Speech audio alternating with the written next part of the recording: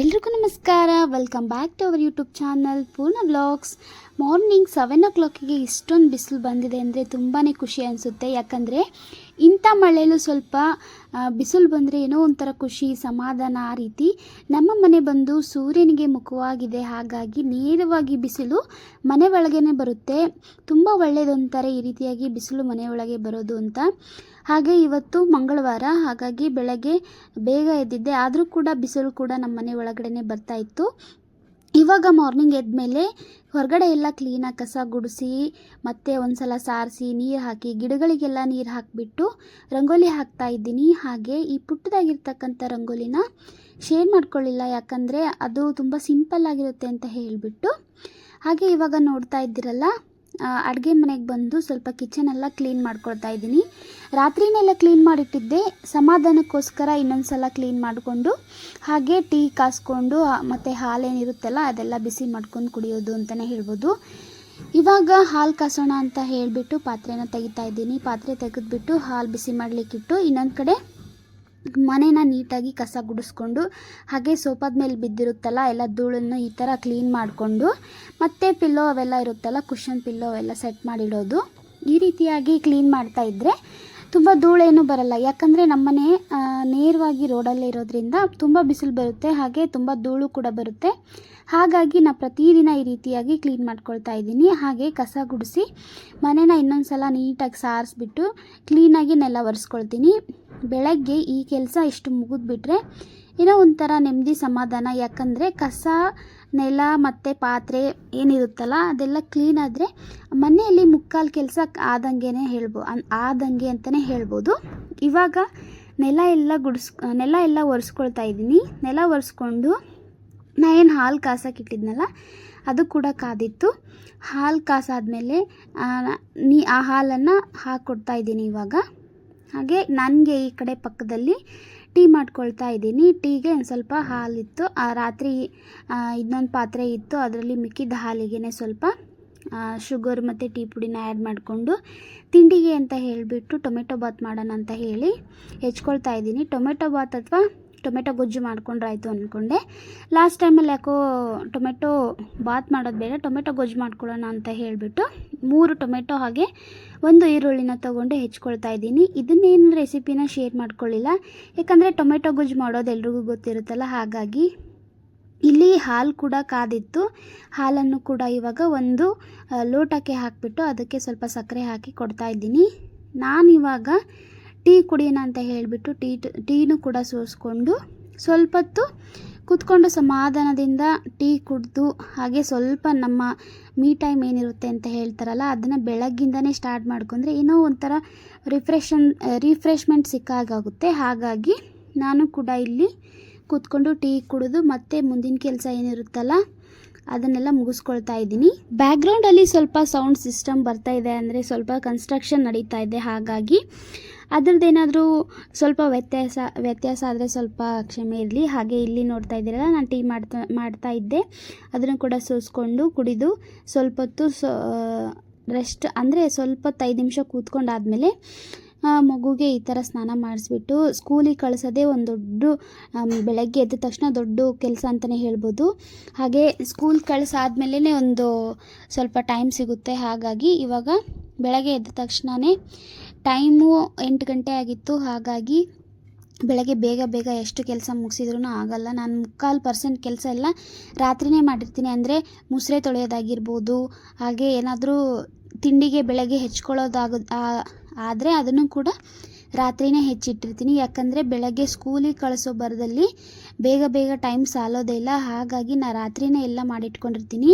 ಹಾಗೆ ಬೆಳಗ್ಗೆ ಏನಾದರೂ ಪಾತ್ರೆ ಏನಾದರೂ ಇದ್ದರೆ ಒಂದು ವೇಳೆ ರಾತ್ರಿ ತೊಳೆಯೋಕ್ಕಾಗದೇ ಇದ್ದರೆ ಅದು ತುಂಬ ಟೈಮ್ ಹಿಡಿಯುತ್ತೆ. ಯಾಕಂದರೆ ಪಾತ್ರೆ ತೊಳಿತಾ ಕೂತ್ರೆ ಇಲ್ಲಿ ತಿಂಡಿ ಮಾಡೋಕ್ಕೂ ಟೈಮ್ ಆಗೋಲ್ಲ, ಹಾಗೆ ಸ್ಕೂಲಿಗೂ ಟೈಮ್ ಆಗುತ್ತೆ ಅಂತ ಹೇಳಿ ಇಷ್ಟೆಲ್ಲ ಕೆಲಸ ನಾನು ರಾತ್ರಿನೇ ಮಾಡಿಟ್ಟಿರ್ತೀನಿ. ಹಾಗೆ ಇವಾಗ ಮಗುವು ಕೂಡ ಇಲ್ಲಿ ಯೂನಿಫಾರ್ಮ್ ಹಾಕಿಬಿಟ್ಟು ಸ್ಕೂಲಿಗೆ ರೆಡಿ ಮಾಡ್ತಾಯಿದ್ದೀನಿ. ಸ್ಕೂಲಿಗೆ ರೆಡಿ ಮಾಡಿ ಏನು ಟೊಮೆಟೊ ಗೊಜ್ಜು ಮಾಡಿದ್ನಲ್ಲ ಅದಕ್ಕೆ ಸ್ವಲ್ಪ ರೈಸ್ ಹಾಕಿಬಿಟ್ಟು ಕಲಸಿ ಬಾಕ್ಸ್ ಕಟ್ಟಿ, ಅಂದರೆ ಲಂಚ್ ಬಾಕ್ಸ್ ಜೊತೆಗೆ ಫ್ರೂಟ್ಸ್ ಏನಾದ್ರು ಇದ್ದರೆ ಅದನ್ನು ಹಾಕಿಬಿಟ್ಟು ಕಳಿಸೋದು.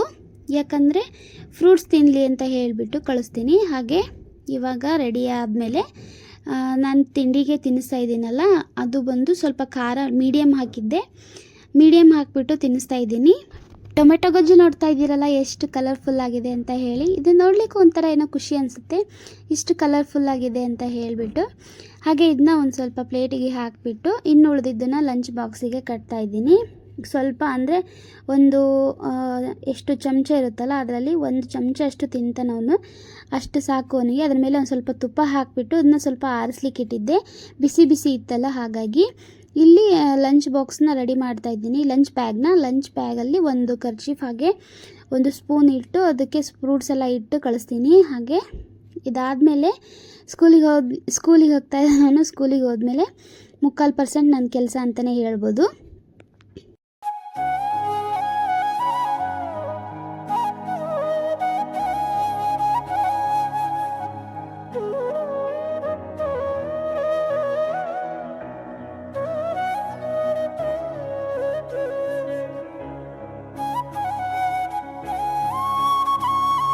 ಮಕ್ಕಳೆಲ್ಲ ಸ್ಕೂಲ್ಗೆ ಹೋದಾದ್ಮೇಲೆ ಇವಾಗ ನಾನು ಹೇರ್ ಪ್ಯಾಕ್ ಹಾಕ್ಕೊಳ್ತಾ ಇದ್ದೀನಿ. ತುಂಬ ದಿನ ಆಗಿತ್ತು ಅಂತ ಹೇಳಿಬಿಟ್ಟು ಇದು ಸೀಗೆಕಾಯಿ ಪುಡಿ ಅದೆಲ್ಲ ಇರುತ್ತಲ್ಲ, ಅದು ಹೇರ್ ಪ್ಯಾಕೇ ಬರುತ್ತೆ, ರೆಡಿಮೇಡ್ ಬರುತ್ತೆ. ಹಾಗಾಗಿ ಅದನ್ನೇ ತರಿಸ್ಕೊಂಡಿರ್ತೀನಿ ನಾನು. ಮನೆಯಲ್ಲೂ ಕೂಡ ಹೇರ್ ಪ್ಯಾಕ್ ಮಾಡ್ತಾ ಇರ್ತೀನಿ ಆವಾಗವಾಗ. ಬಟ್ ಇವಾಗ ಟೈಮ್ ಇರಲಿಲ್ಲ ಅಂತ ಹೇಳಿಬಿಟ್ಟು ರೆಡಿ ಇರ್ತಕ್ಕಂಥ ಹೇರ್ ಪ್ಯಾಕ್ನ ಯೂಸ್ ಮಾಡ್ತಾ ಇದ್ದೀನಿ. ಇದನ್ನು ಹಚ್ಚಿಬಿಟ್ಟು ಒಂದು 30 to 1 hour ಬಿಟ್ಬಿಟ್ಟು ನಂತರ ತಲೆ ಸ್ನಾನ ಮಾಡೋದಂತಲೇ ಹೇಳ್ಬೋದು. ನಾನಿವಾಗ ತೋರಿಸ್ತಾ ಇದ್ದೀನಲ್ಲ, ಈ ರೀತಿಯಾಗಿ ಅಪ್ಲೈ ಮಾಡ್ಕೊಳ್ಳಿ. ಅಪ್ಲೈ ಮಾಡಿಕೊಂಡು ಒಂದು 30 minutes ಅಥವಾ 1 hour ಬಿಟ್ಬಿಟ್ಟು ನಾರ್ಮಲ್ ಶಾಂಪೂ ಅಥವಾ ಏನಿರುತ್ತಲ್ಲ ಯೂಸ್ ಮಾಡ್ತೀರಲ್ಲ ನೀವು, ಅದನ್ನ ಹಾಕಿಬಿಟ್ಟು ತಲೆ ಸ್ನಾನ ಮಾಡ್ಕೊಳ್ಳೋದು ಅಂತಲೇ ಹೇಳ್ಬೋದು. ನಾನು ಸೀಗೆಕಾಯಿ ಪುಡಿ ಯೂಸ್ ಮಾಡಿಬಿಟ್ಟು ತಲೆ ಸ್ನಾನ ಮಾಡ್ತೀನಿ. ಹಾಗೆ ನನ್ನ ಹೇರ್ ಕೇರ್ ರೂಟೀನ್ ಮೊದಲು ಎಲ್ಲ ತೋರಿಸಿದ್ದೆ, ಇವಾಗ ಆ ಥರ ಎಲ್ಲ ಸ್ಟಾಪ್ ಮಾಡಿಬಿಟ್ಟಿದ್ದೀನಿ. ಸ್ನಾನ ಎಲ್ಲ ಮುಗಿದಾದ್ಮೇಲೆ ಇವತ್ತು ಪೂಜೆ ಮಾಡೋಣ ಅಂತ ಹೇಳಿಬಿಟ್ಟು ಇಲ್ಲಿ ತುಳಸಿ ಗಿಡ ಏನಿತ್ತಲ್ಲ, ಒಂದು ಪೂಜೆಗೆ ಅಂತಲೇ ಇಟ್ಟಿದ್ದೀನಿ.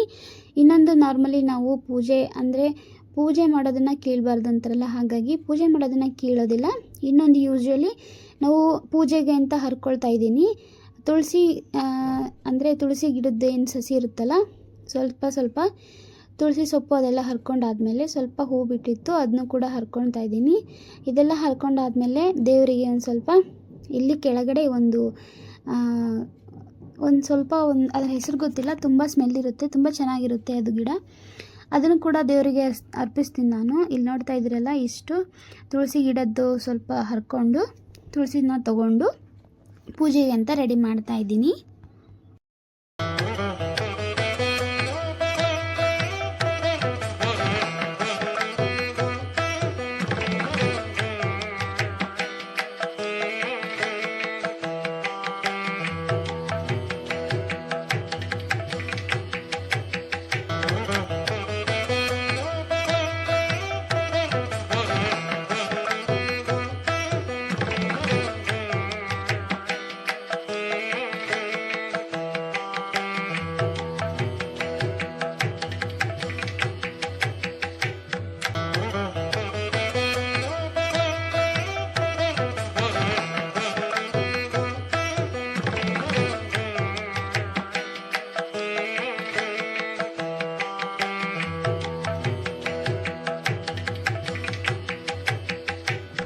ಎಲ್ಲ ಸ್ನಾನ ಆದಮೇಲೆ ಈ ರೀತಿಯಾಗಿ ದೇವ್ರ ಪೂಜೆ ಮಾಡ್ತಾ ಇದ್ದೀನಿ. ನಾನು ಬಂದು ಮೊದಲೇ ಕಳಶನ ತೆಗೆದಿರ್ತೀನಿ.